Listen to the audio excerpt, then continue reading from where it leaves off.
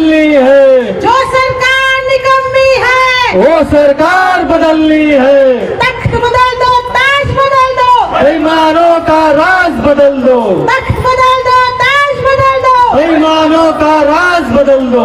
हमारा नेता कैसा हो, सुरेंद्र प्रताप जैसा हो, हमारा नेता कैसा हो, सुरेंद्र प्रताप जैसा हो। नमस्कार, जोहार, जयमुल निवासी। मैं हूं विनोद कुमार देव। आप देख रहे हैं voice Republica, the voice of real representation.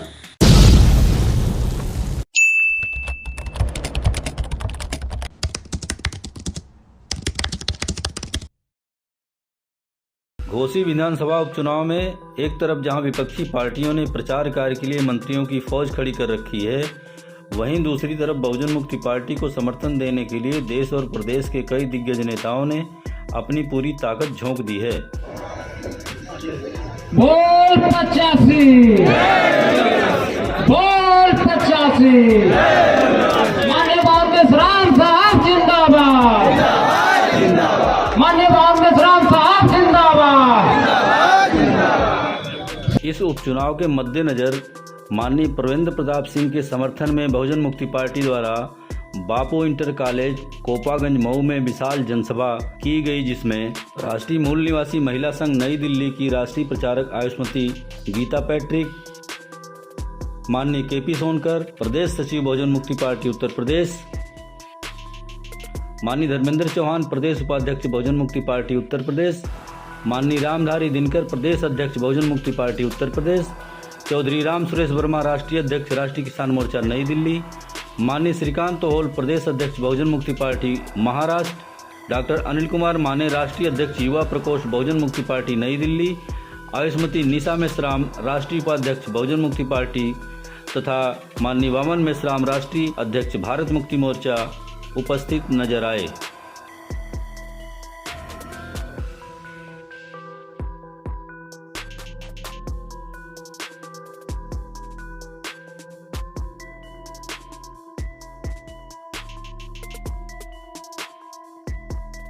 इस जनसभा की अध्यक्षता भारत मुक्ति मोर्चा के राष्ट्रीय अध्यक्ष माननीय वामन मेश्राम ने किया और बहुजन मुक्ति पार्टी समर्थित उम्मीदवार माननीय प्रवेंद्र प्रताप सिंह को समर्थन देने की बात कही। मैं कोई बहुजन मुक्ति पार्टी का सदस्य या कार्यकर्ता नहीं हूँ या पदाधिकारी नहीं हूँ। मैं भारत मुक्ति मोर्चा जो आंदोलन करने के लिए बनाया गया संगठन है, उसका राष्ट्रीय अध्यक्ष हो। मगर आज यहाँ परमेंद्र प्रताप के घोसी विधानसभा में बाय इलेक्शन का चुनाव, जिसमें वो चुनाव लड़ रहे हैं, उनका समर्थन करने के लिए आपके बीच में आया। अपने अध्यक्षीय प्रबोधन में उन्होंने बताया कि आम आदमी के पास धोखेबाज लोगों को सबक सिखाने के लिए चुनाव एकमात्र अवसर होता है। धोखेबाज लोगों को सबक सिखाने का चुनाव एकमात्र अवसर होता है। लोगों के पास, जो आम आदमी है, जो साधारण लोग हैं, उनके पास चुनाव ही एकमात्र साधन है, जरिया है, जहाँ धोखेबाज को सबक सिखाने का समय मिलता है आप लोगों के पास। नहीं तो आप लोगों को लगातार धोखा आपके साथ होता रहता है। मगर आपके पास भी अवसर आता है, आपके पास भी मौका आता है, आपके पास भी समय आता है कि अगर आपके साथ किसी ने धोखा किया, उसको सबक सिखाने का आपको मौका मिलता है। अगर आप उस समय पर उनको सबक सिखाने का काम कर ले, फिर दोबारा धोखेबाजी करने की हिम्मत उन लोगों को नहीं होती है।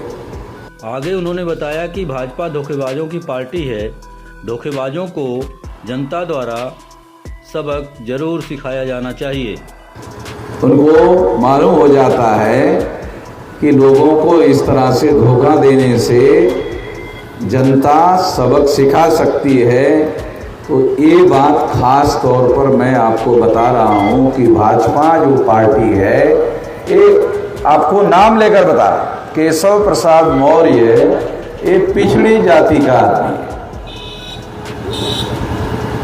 और उसको मुख्यमंत्री बनाने का वादा करके वोट लिया और फिर एक ठाकुर को उसको मुख्यमंत्री बनाकर आपका वोट लिया, 52% का वोट लिया और ठाकुर को मुख्यमंत्री बनाया। ठाकुर को मान लो, ठाकुर को नाम बताकर चुनाव लड़ते, ठाकुर के 6% वोट है और पिछड़े वर्ग के 52% वोट है, तो 6% वालों को नाम बताकर 6% वोट मिलते हैं, चुनाव नहीं जीता जा सकता। चुनाव जीतने के लिए केशव प्रसाद मौर्य के नाम का इस्तेमाल किया और धोखाधड़ी करने का काम किया।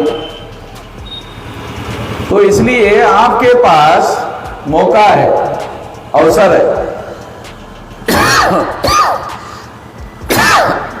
इस अवसर का उपयोग करो, धोखेबाज लोगों को सबक सिखाओ। दूसरी बात, गधे में और घोड़े में फर्क होता है ना? होता है क्या? है? गधे में और घोड़े में फर्क होता है क्या? होता है? अब केशव प्रसाद मौर्य को कहा चुनाव में कि घोड़ा बनाएंगे, है कि घोड़ा बनाएंगे, चुनाव जीत लिया, फिर गधा बनाया। केशव प्रसाद मौर्य को गधा बनाया, वो गधा बनकर ही खुश है। उपस्थित जनसमूह को संबोधित करते हुए राष्ट्रीय अध्यक्ष भारत मुक्ति मोर्चा ने कहा कि नरेंद्र मोदी गुजरात के रहने वाले हैं और वाराणसी में आकर चुनाव लड़े तथा ईवीएम में घोटाला करके चुनाव जीता। तो वाराणसी में नरेंद्र मोदी चुनाव लड़े,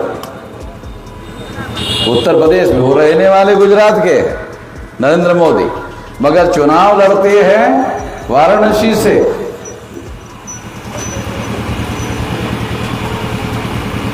तो वाराणसी से चुनाव लड़ते हैं,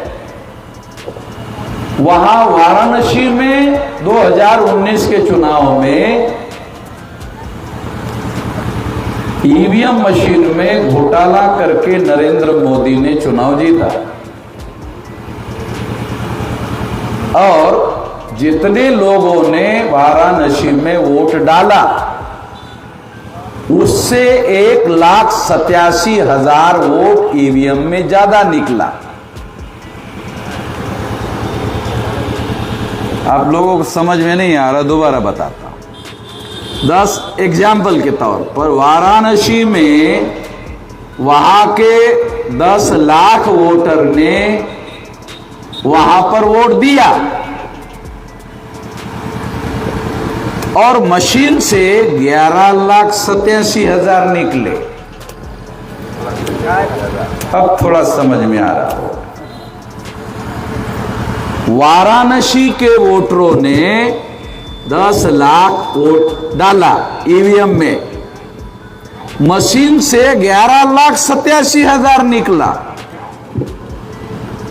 तो 1,87,000 वोट ज्यादा निकला। तो नरेंद्र मोदी ने ईवीएम में घोटाला करके चुनाव जीता और देश का प्रधानमंत्री हो गया। जिस देश का प्रधानमंत्री घोटाला करके चुनाव जीत कर गया हो, उस देश की हालत कितनी खराब हो सकती है। कुछ लोगों को ऐसा लग सकता है कि मेश्राम जी, वो जो मौर्य है वो डिप्टी सीएम है, उसके बारे में आपने बोला, फिर देश के प्रधानमंत्री के बारे में आपने बोला, आपको डर नहीं लगता? इन लोगों से क्या डरने का? उनको मेरे से डर लगता है, मेरे को नहीं लगता। मीडिया से बातचीत करते हुए माननीय मेश्राम साहब ने बताया कि बहुजन मुक्ति पार्टी 22 राज्यों में कार्यरत पार्टी है। यह पार्टी जनहित के मुद्दों पर लड़ाई लड़ रही है, इसलिए वे इसका समर्थन करते हैं। मैं ये चुनाव क्षेत्र में समर्थन करने के लिए आया हूँ। मैं तो पार्टी का कोई सदस्य तो हूँ नहीं, समर्थन कर रहा हूँ। किस पार्टी को समर्थन कर रहे हैं? ये जो बहुजन मुक्ति पार्टी है, इन्होंने ये जो स्टैम्प पेपर पर निकाला हुआ है, ये जो लगभग 13 मुद्दे हैं, तो ये मुद्दे जनहित के मुद्दे हैं और इन मुद्दों पर ये लोग लड़ाई लड़ रहे हैं, इसके लिए इनका समर्थन कर रहे हैं। तो आप किसको समर्थन कर रहे हैं? आप बहुजन मुक्ति पार्टी। अच्छा, तो आप प्रत्याशी हैं उससे? तो इसके अलावा कैसे आप लड़ पाएंगे? सरकार भाजपा बड़ी पार्टी है, सपा बड़ी पार्टी है, तो आप कैसे लड़ पाएंगे? हाँ, ये बात सही है कि भाजपा बड़ी पार्टी है। उनके पास योजनाएं हैं, योजनाओं को भाजपा बता रही है। समाजवादी पार्टी उत्तर प्रदेश की पार्टी है। Bahujan Samaj party registered party 22 राज्यों में कार्यरत है। आपको जानकारी नहीं होगी, बहुजन मुक्ति पार्टी 22 स्टेट में कार्यरत पार्टी है। तो भाजपा के बराबरी में ही पार्टी है राष्ट्रीय स्तर की, जैसे ये है वैसे ये रिकॉग्नाइज है, रजिस्टर है। तो एक समय भाजपा भी छोटी पार्टी थी, जनता पार्टी में विलय करने के बाद ही नहीं तो उसके 2-4 मेंबर पार्लियामेंट चुनकर आते थे, ज़्यादा नहीं। और कुछ पूछना है बोलो। और क्या तैयारियां हैं आपको चुनाव को लेकर?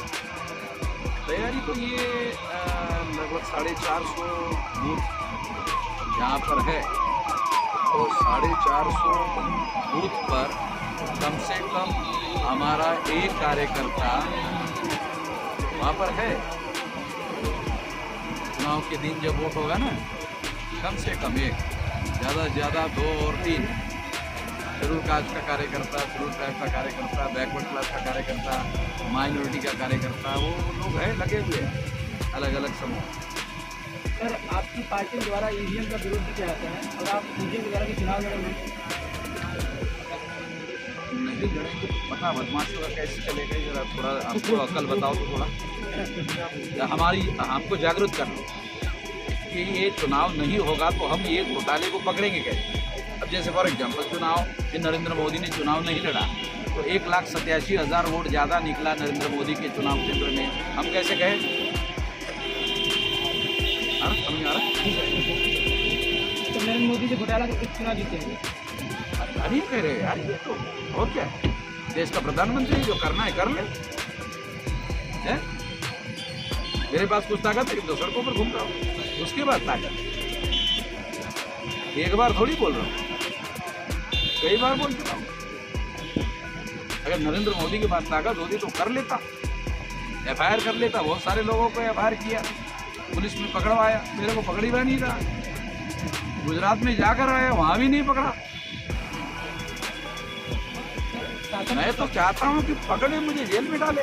बीजेपी से आपको डर नहीं? गांधी जी भी जेल में जाते जाते महान हो गए, तो साले हमको जेल में ही नहीं डाल रहे। गांधी जी तो सिंगल हड्डी वाले आदमी थे, अंग्रेज सिंगल हड्डी वाले आदमी ने भगाया था ना। बीजेपी का प्रशासन है, उससे डर नहीं लग रही है आपको?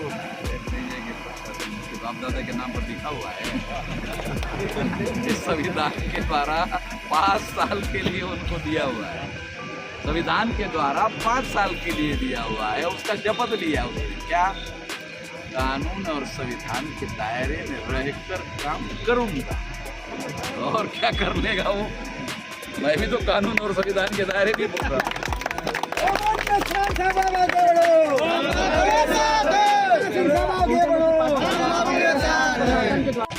कंप्लेंट करने कोई मतलब नहीं, लड़ाई है तो लड़ना पड़ेगा। आपके हमारे लोगों के साथ हर जगह भेदभाव होता है, चुनाव में भी होगा तो लड़ना पड़ेगा। कंप्लेंट करने का कोई मतलब नहीं, लड़ो। तो खबरों के लिए बने रहिए हमारे साथ, चैनल को लाइक, सब्सक्राइब और शेयर करें। मिलते हैं अगली वीडियो में, तब तक के लिए नमस्कार, जोहार, जय मूल्यवासी।